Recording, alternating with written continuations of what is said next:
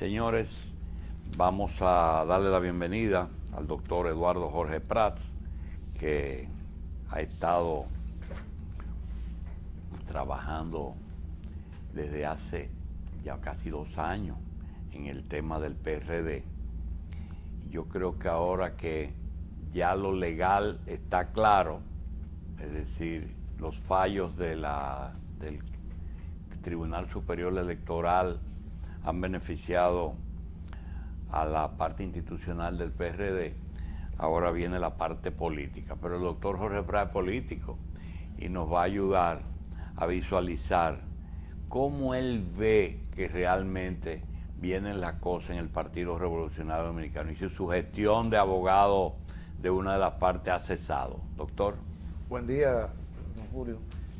Pues un placer estar aquí con ustedes, compartiéndolo con lo que todos los días siguen la revista 101. Lo cierto es que ahora se abre un momento muy importante para el Partido Revolucionario Dominicano, pues como usted señala, ya no queda duda de la legalidad institucional que ha sido reiterada en 6 ocasiones, tanto por el Tribunal Superior Electoral como la última vez hace unos 15 días por el Tribunal Constitucional. Es decir, ha estado claro que las altas cortes respaldan ese ordenamiento institucional.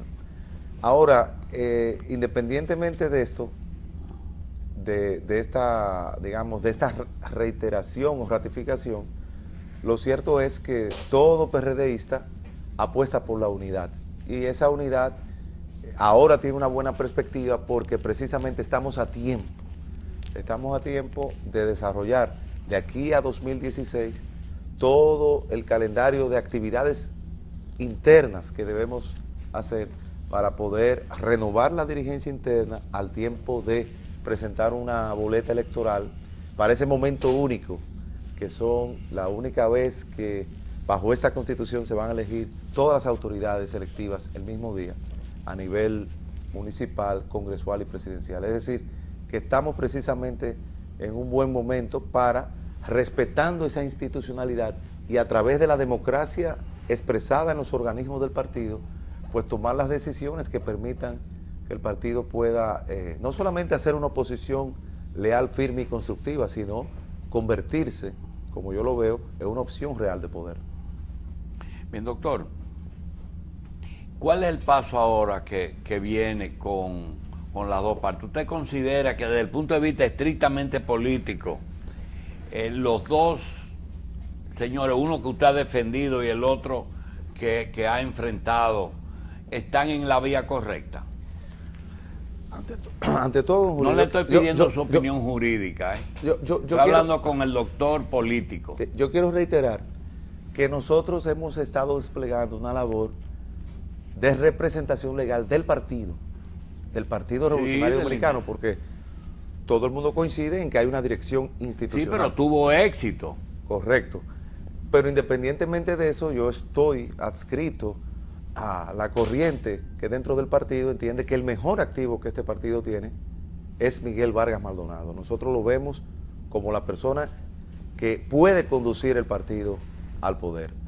Ahora, a partir del momento en que se produce, digamos, una conversación, un acercamiento, sobre todo para limar asperezas, eso hay que verlo bien, eso hay que verlo positivo, pero toda decisión sobre la unidad es una decisión que debe emanar y debe contar con esa democracia de los organismos, porque precisamente lo que se ha reiterado en todo este proceso es la necesidad de respetar la institucionalidad. Yo creo que el PRD quiere ir por el camino del orden disciplinario, del orden estatutario y de la democracia, que no ha podido, porque eso hay que enfatizarlo, no ha podido ser cuajada en su máxima expresión, porque las 2 veces que hemos intentado reunir el Comité Ejecutivo Nacional, en lugar de asistir religiosamente a ese evento, lo que se ha hecho es impedir la reunión de los organismos. Bien, entonces se dice que se ha impuesto una línea de fuerza, como que lo que se quiere es que lo que diga Miguel es lo que va. No, lo que se quiere es que la comisión política, que el comité ejecutivo puedan actuar, pero tú no puedes actuar si no tiene paz, si no tiene un mínimo existencial de tranquilidad institucional. Doctor, usted tiene suficiente edad para recordar la palabra unidad y diferencias profundas en el partido. Recuerda que cuando el gobierno del doctor Salvador Jorge Blanco no apoyó a Jacobo, perdieron. Usted recuerda que cuando Atuey de Camps no apoyó a Hipólito, no se pudo reelegir. Usted recuerda que cuando Miguel no recibió el apoyo de Hipólito y después al revés, han perdido. La palabra unidad significa un hizo importante para usted. Oh, pues claro, usted lo ha dicho.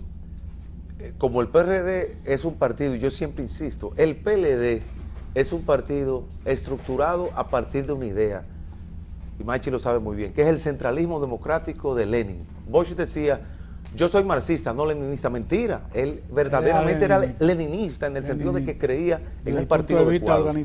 Entonces, tú no puedes comparar PLD y PRD. El PRD, por el contrario, y bueno, pero mire, para la gente que está en su casa, ¿cuál es la diferencia entre ser marxista y ser leninista? Bueno, que Lenin tenía una visión del partido que Marx no llegó a desarrollar, y ese partido, que era un partido primero clandestino, pero que tenía que crear esa vanguardia del pueblo que precipitara. La tesis de Marx era sobre la economía y la sociedad. ¿Y la del otro? La de Lenin era la del partido. La del partido, para hacer realidad ese ideario marxista que era sobre todo teórico. Ahora, ¿Y Bosch era las dos cosas? No, lo que pasa es que el PRD se funda como un partido, para decirlo en términos marxistas, policlasistas, para decirlo en términos angloamericanos, partido atrápalo todo, el catching all party. Populista.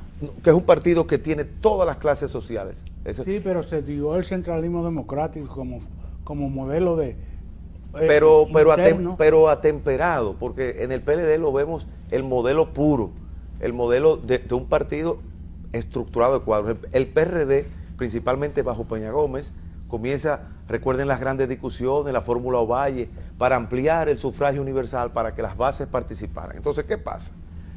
Como el PRD es un partido de múltiples tendencias y corrientes, eso obliga necesariamente que en cada proceso convencional pues tenga que haber un acuerdo de fuerza. Y eso no es malo que ocurra, eso ocurre en las mejores familias. Esos acuerdos son importantes, pero tan importante como eso es el respeto al orden institucional. Porque el presidente del partido visitó al presidente de la República, visitó al presidente del Partido de la Liberación Dominicana y llevó fundamentalmente con el presidente de la República todo un punto de 14 puntos de políticas públicas y con relación al presidente del PLD y luego al presidente del Partido Reformista, posición en cuanto a la ley de partidos. Entonces, si eso es con relación a los adversarios políticos, vemos positivo ese encuentro que originalmente se produjo de limar aspereza. Ahora, lo importante es lo que se haga y no lo que se diga, porque muchas veces se habla de unidad, pero en los hechos no vemos la unidad. Y yo creo que todo PRDista lo que quiere es que haya un proceso institucional donde todas las fuerzas puedan participar, pero siempre con respeto a ese orden. Una de las razones por las que ambos líderes, si se puede llamar líderes, se pusieron en la onda de que tenían que hablar, fue la gabela, como dicen, que le llevaba el PLD cuando tienen un candidato que cuando se fue del poder dijo hasta luego, que aunque tiene muchísimos puntos negativos, ha tenido la suerte de que muy temprano se lo han sacado. Por tanto, Leonel tiene 3 años para poder rehacerse. Esa unidad que aparenta, usted dice que Miguel Vargas es el candidato ideal. Yo quiero decirle algo, para mí tiene razón y tiene derecho. Sin embargo, tengo mis dudas visualizando un gobierno de Miguel Vargas, creo que no sería un buen gobierno, que sería un gobierno malo. ¿Qué usted piensa? ¿Pero por qué, Julito? Porque me da la gana. Ah, bueno. Fíjate, yo muy por el contrario. Yo pienso que en el PRD no hay un líder que tenga la visión de Estado que tiene Miguel Vargas. Y solamente hay que ver los 14 puntos que fueron discutidos en la reunión con el presidente Medina para uno darse cuenta de una persona que realmente tiene claro todos los problemas nacionales, desde la necesidad de que las concesiones de las obras públicas pues sean estructuradas a partir de las asociaciones públicas o privadas, la necesidad, como lo acaba de decir, de que esos recursos que vienen de la negociación con la Barri, que como bien dijo, lo que se necesita es negociar, no imponer una ley por el Congreso, deben ser utilizados para las prioridades sociales, que son prioridades constitucionales. Es decir, que eso augura un gobierno positivo. Ahora, un gobierno que necesariamente tiene que ser un gobierno del PRD, y no solo del PRD, sino también un gobierno de la sociedad. Porque precisamente hoy queda claro la necesidad de hacer ese gobierno compartido de que hablaba Peña Gómez. Por eso este proceso de, digamos, de una democracia, y aquí yo quiero decir algo, Julito. Cuando yo me gradué en la maestría de Relaciones Internacionales en Nueva York, en New School for Social Research, mi tesis fue sobre la transición a la democracia a través de pactos, estudiando el caso de Colombia. Y España. No, Colombia y Venezuela, punto fijo en Venezuela y el acuerdo nacional en Colombia. A raíz de eso, cuando llegué al país, en el 91, Bienvenido Álvarez Vega me sacó en El Siglo unos artículos sobre la democracia pactada, que incluso tuvimos un debate, Bernardo Vega y yo. Pues bien, este es el momento de establecer una democracia pactada. Lo ha demostrado Peña Nieto en México cuando estableció el Pacto por México. Miguel Vargas lo ha dicho, la necesidad de pensar en el proyecto nación, la necesidad de pensar los problemas del país de un modo conjunto. Y algo que no se le reconoce a Miguel, y que es un logro, es el de haber apoyado la reforma constitucional, pero apoyarla para establecer los dos grandes hitos, las dos grandes conquistas liberales. La prohibición de la reelección presidencial, retornándolo a la fórmula de la Constitución del 63 de Juan Bosch, que es la misma fórmula Peña Gómez del 94, y la creación del Tribunal Constitucional. Es decir, con todos estos problemas incluso de un partido que muchas veces es indómito, indomable, Miguel ha sido capaz de pactar. Y eso demuestra de que Miguel está en condiciones perfectamente de lograr esa cohesión interna, lograr esa unidad, con algo positivo que aquí la gente no se da cuenta. Decía el senador Mariotti, que me precedió, que la gente no se da cuenta que Danilo Medina es presidente. Yo estoy de acuerdo con él. Hay mucha gente que no ha asumido eso en su... No lo ha asimilado. No lo ha asimilado. Pero hay otra cosa también. Hay otra gente que no ha asimilado que el presidente no se puede reelegir. ¿Qué presidente? No se puede reelegir. No, la gente no lo ha asimilado. Alguna gente está como en el cassette. En un periodo consecutivo. Salvo... No, pero perdón. Salvo... No, totalmente eso de acuerdo. Eso es un periodo consecutivo. Pero que no se va a reelegir en mayo del 2016. Porque el problema, señores, todos los problemas que nosotros hemos tenido se originan en esa reelección consecutiva.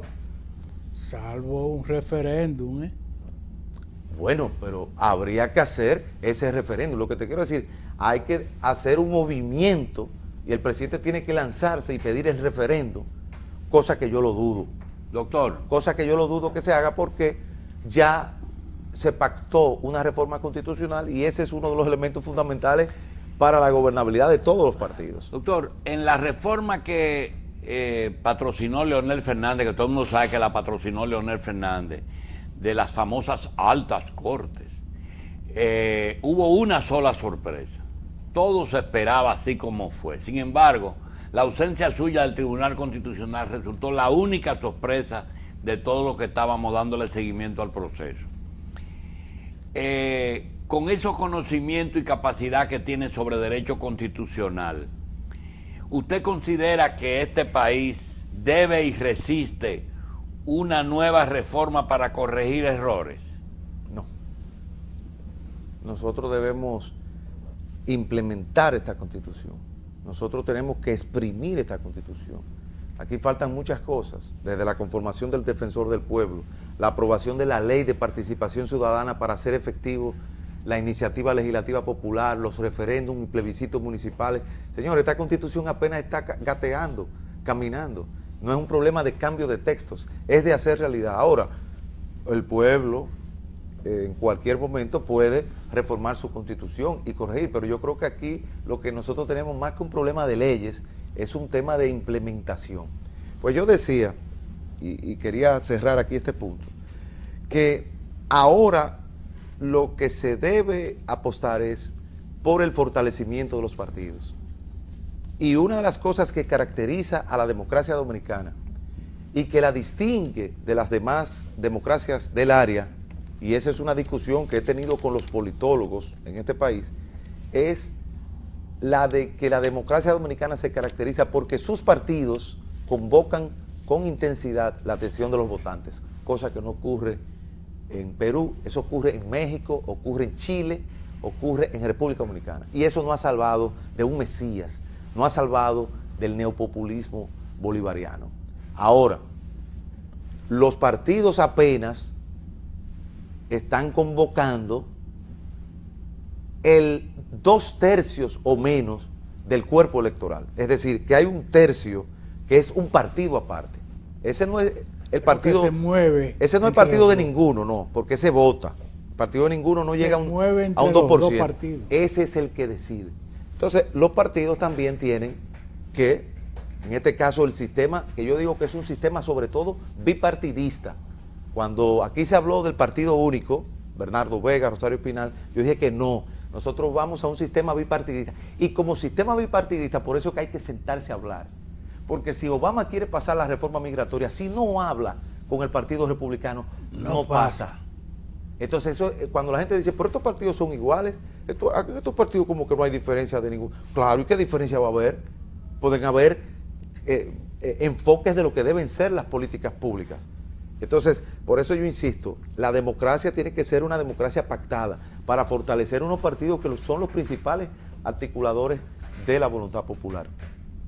Doctor, ¿cuál es la propuesta principal que diferencia ese documento que está divulgando, que está entregando Miguel Vargas Maldonado a diversos sectores políticos, precisamente para pactar una ley de partidos políticos? ¿Cuál es el aporte de esa propuesta de Miguel Vargas Yo Maldonado? creo que el principal aporte es ver la ley de partidos. Nosotros hablamos de ley de partidos y de garantías electorales, porque hay también una corriente que fomenta, que postula una ley de partidos y una reforma a la ley electoral. Nosotros entendemos que la ley electoral debe ser modificada para ajustarla a los cambios de la Constitución de 2010, etcétera, que ya hay un Tribunal Superior Electoral, y eso está muy bien, pero la ley de partidos debe contemplar el fortalecimiento de la democracia interna de los partidos, por un lado, pero también las garantías electorales para la participación, porque el PRD no puede ir a unas elecciones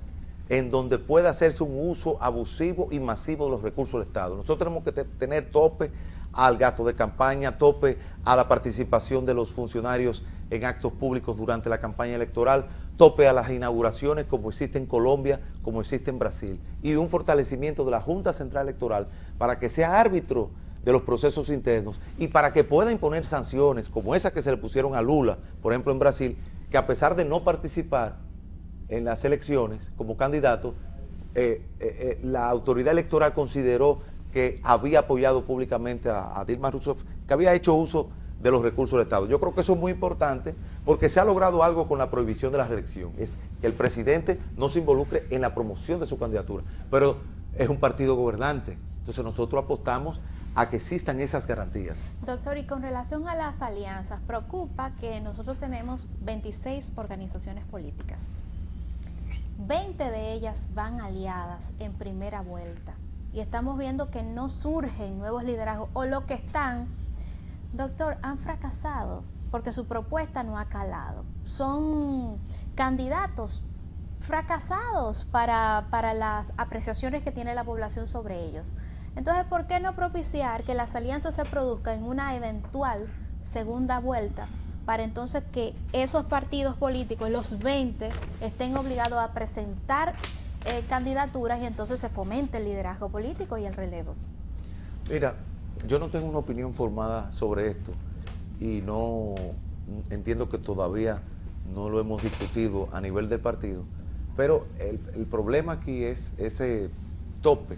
Nosotros se necesita el 50% más 1 en la primera vuelta. Si no existiera ese tope, yo creo que esa es una fórmula muy positiva, pero lograr... Doctor, pero es que ese tope lo que fomenta es el mercado de compra y venta, porque esos partidos lo que hacen es que se venden al mejor postor. Yo sé, Gracie, pero es un tema, tú me has agarrado desprevenido, porque es un tema de ingeniería electoral que yo no he estudiado y no quisiera yo darte una opinión que ni siquiera responda. Si yo te puedo decir una cosa aquí y no se ha hecho eso en otra... Yo quisiera como estudiarlo y verlo, porque incluso es uno de los temas de la agenda. Doctor, usted no en su carrera, sobre todo en la vida pública, no se ha caracterizado mucho por eso de que lo que se ve y que lo que no se ve y buscándole las 5 patas al gato, pero aquí yo quiero que use la experiencia. ¿Cuáles son las razones verdaderas que han traído la no aprobación de la ley de partido, independientemente de lo que hemos hablado aquí? Mira, yo creo que lo fundamental, un jurista italiano, Luigi Ferrajoli, en un libro que se llama Los poderes salvajes, dice que existen unos poderes, también le han llamado poderes fácticos, que son muy difíciles de domesticar. Y él dice, en el siglo XVIII el constitucionalismo se basó en separar los poderes, poder ejecutivo, legislativo, pero ahora hay que domesticar unos poderes que están fuera de control, como lo es los jefes de familia, o sea, la violencia intrafamiliar, como lo son las corporaciones multinacionales, transnacionales, que son unos poderes enormes, los poderes de la criminalidad organizada y los partidos. Los partidos es el animal político más difícil de domesticar. Sí, pero los partidos, doctor, justamente, hay algo que me llama la atención. Todo el mundo sabe que hay partidos que han logrado una dimensión, que son las tendencias en el PRD y las mismas tendencias en el PLD que no salen a relucir, pero que las hay. Partidos tan grandes que tienen dentro corrientes a veces tan diferentes como los demócratas y los republicanos en Estados Unidos. Johnson era más republicano que demócrata, siendo demócrata. Ahora, la pregunta es la siguiente: ¿por qué la ley de lemas no prosperó solamente en un solo país de América Latina, si era una solución a esos problemas de los partidos? Sí, esa ley tiene unos cuestionamientos de constitucionalidad que en su momento lo sacamos a relucir y que eventualmente fueron los que enterraron el proyecto. Pero yo pienso que los partidos, y al haber participado en las conversaciones que hemos sostenido, tanto con el presidente del Partido Reformista como con el presidente del Partido de la Liberación Dominicana, de que hay un consenso sobre la importancia de aprobar estas leyes, porque las dirigencias partidarias han tomado conciencia, porque esto que ha pasado en el PRD, que no debe pasar nunca más, es una gran lección, no solo para los PRDistas, sino para todos. Entonces se necesita fortalecer la institucionalidad partidaria y se necesita posibilitar el ejercicio de los derechos políticos al interior de las organizaciones. Ustedes piensan solamente en el PRD, porque el PRD publica sus errores y sus problemas. El PLD lo esconde un poco, aunque hoy el periódico El Caribe dice como que está cambiando eso en el PLD.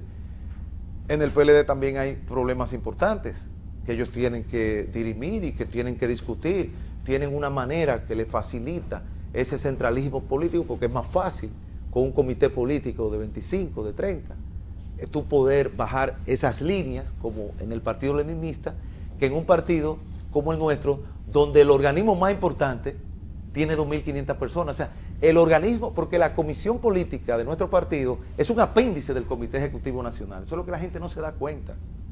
Entonces, en este tránsito es importante establecer una ley que no sea una ley camisa de fuerza, porque tenemos que pensar en los partidos minoritarios, que tú no puedes postular un modelo de partido único, tú tienes que postular la posibilidad de que en cada modelo de partido que tú escojas, tú cumplas con tu institucionalidad. Y eso yo creo que esto es una gran oportunidad. Y de hecho, en la reunión que sostuvimos con el presidente Fernández, a la pregunta de una periodista que decía, ¿esto será antes del 16?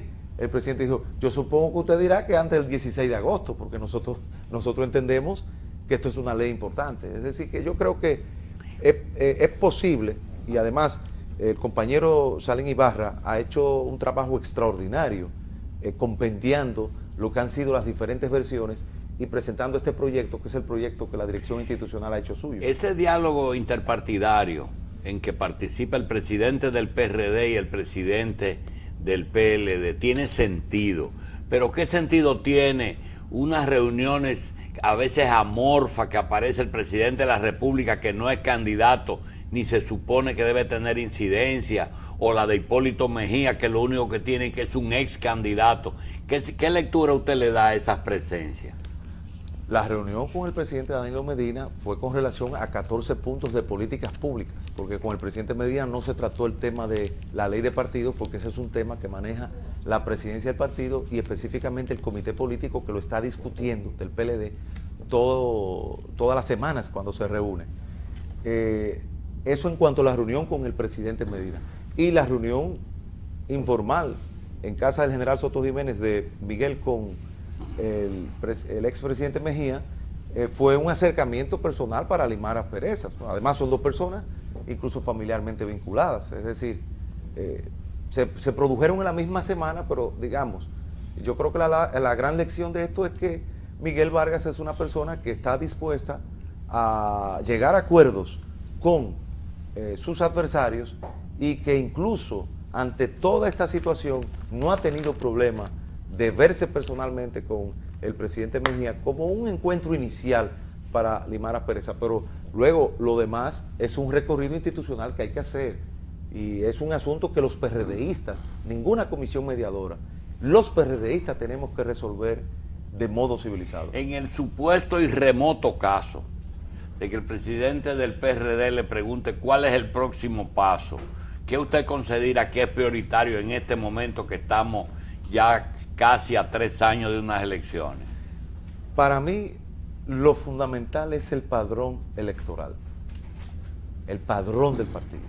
¿De quiénes van a votar? Nosotros no podemos pasar por el trauma de que en un proceso convencional voten 400.000 personas que no pertenecen al partido. Eso nunca más. Es más, yo dejo de ser PRDista. Si a mí me llevan a ese matadero electoral, yo realmente dejo esto. Porque hay que respetarse y hay que ser serio. Entonces, como todo el mundo se conoce, ese es un proceso que tiene que hacerse desde abajo hacia arriba, con las presidencias de los comités municipales, con la participación de todos, porque aquí nadie se quiere engañar. Aquí todo el mundo sabe con quién está fulano, con quién está mengano, eso no es problema. El problema es tú, con esa comisión organizadora que permitió que votaran los que ya estaban identificados que pertenecían al PLD y al Partido Reformista. Al doctor Eduardo Jorge Prat le agradecemos y apreciamos muchísimo su presencia y los conceptos emitidos aquí. A ustedes gracias y será hasta esta tarde a las 5:30 en la tarde online y mañana de nuevo aquí en la revista 110 con Energía TV. Revista 110.